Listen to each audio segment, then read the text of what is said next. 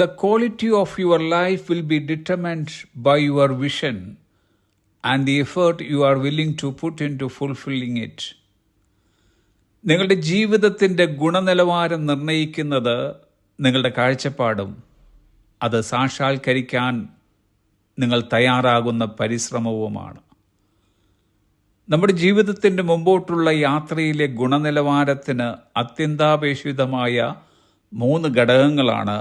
1 കാഴ്ചപ്പാട്, 2 അത് നിറവേറ്റാനുള്ള ആഗ്രഹം, 3 അതിനായുള്ള പരിശ്രമം. തിരുവചനം എങ്ങനെ പറയുന്നു? സദൃശ്യവാക്യങ്ങൾ 29 അധ്യായം 18 വാക്യം, Where there is no vision, the people perish. കാഴ്ചപ്പാടില്ലാത്തിടത്ത് ജനം നശിക്കുന്നു. തിരുവചന ഭാഷയിൽ വിഷൻ എന്നതിന് വെളിപ്പാടെന്നും ദർശനമെന്നുമുള്ള അർത്ഥങ്ങളുണ്ട്. ദൈവമക്കൾക്കുള്ള കാഴ്ചപ്പാട് ദൈവം തരുന്നതിനാൽ അത് ദൈവത്തിൻ്റെ പദ്ധതിയിൽപ്പെട്ട കാഴ്ചപ്പാടുകളത്രേ. ഇതിനോടകം നമുക്ക് ഓരോരുത്തർക്കും ദൈവം ഒട്ടനവധി ദർശനങ്ങൾ തന്നിട്ടുണ്ട്.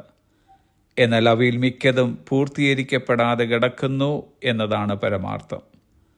നാം ആരും ഇതുവരെയായിട്ടും വളരെ വൈകിട്ടില്ല. വളരുവാനും പുരോഗതി പ്രാപിക്കുവാനും അതുനിമിത്തം ഗുണനിലവാരമുള്ള ഒരു ജീവിതം നയിക്കുവാനും ഇനിയും സാധിക്കും.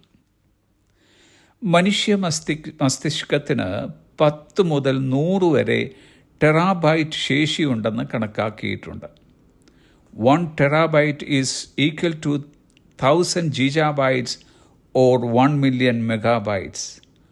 1 ടെറാബൈറ്റ് 1000 ജിഗാബൈറ്റിനോ 1 ദശലക്ഷം മെഗാബൈറ്റിനോ തുല്യമാണ്. നോക്കുക, ദൈവം നമുക്ക് തന്നിട്ടുള്ള ശേഷി അത്യത്ഭുതമാണ്. എന്നിട്ടും പലരും മുൻപോട്ട് നോക്കി ഒരു കാഴ്ചപ്പാടോടുകൂടി ജീവിക്കേണ്ടിയതിന് പകരം എപ്പോഴും പരാതിയിലും പരിഭവത്തിലും അസംതൃപ്തിയിലുമായി ജീവിക്കുന്നു. Dissatisfaction does not come from the absence of things, but the absence of right direction. അസംതൃപ്തി വരുന്നത് കാര്യങ്ങളുടെ അഭാവത്തിൽ നിന്നല്ല, ശരിയായ ദിശയുടെ അഭാവത്തിൽ നിന്നാണ് എന്നൊരാൾ പറഞ്ഞിട്ടുണ്ട്. കാഴ്ചപ്പാടുകൾ നമുക്ക് ധാരാളമായിട്ടുണ്ട്. അവയൊക്കെ ശരിയായ ദിശയിലേക്ക് കൊണ്ടുപോകുവാനായി ഒരു പരിശ്രമം നമുക്ക് നടത്താം. ദൈവം നൽകിയ കാഴ്ചപ്പാടുകൾക്കനുസരിച്ച് ഒരു ഗുണനിലവാരമുള്ള ജീവിതം നയിച്ച വ്യക്തിയായിരുന്നു അപ്പോസ്തലനായ പൗലോസ്. ഇനിയും അധികാലം മുൻപിലില്ല എന്ന് തിരിച്ചറിഞ്ഞിട്ട് തൻ്റെ ആ ചെറിയ കാലഘട്ടത്തെ നോക്കി പൗലോസ് ഇങ്ങനെ പറഞ്ഞു, പിൻപിലുള്ളത് മറിഞ്ഞും മുൻപിലുള്ളതിനാഞ്ഞും കൊണ്ട് ക്രിസ്തു യേശുവിൽ ദൈവത്തിൻ്റെ പരമവിളിയുടെ വിരുദിനായി ലാക്കിലേക്ക് ഓടുന്നു.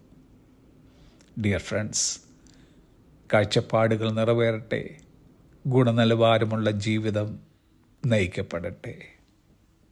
Have a blessed day.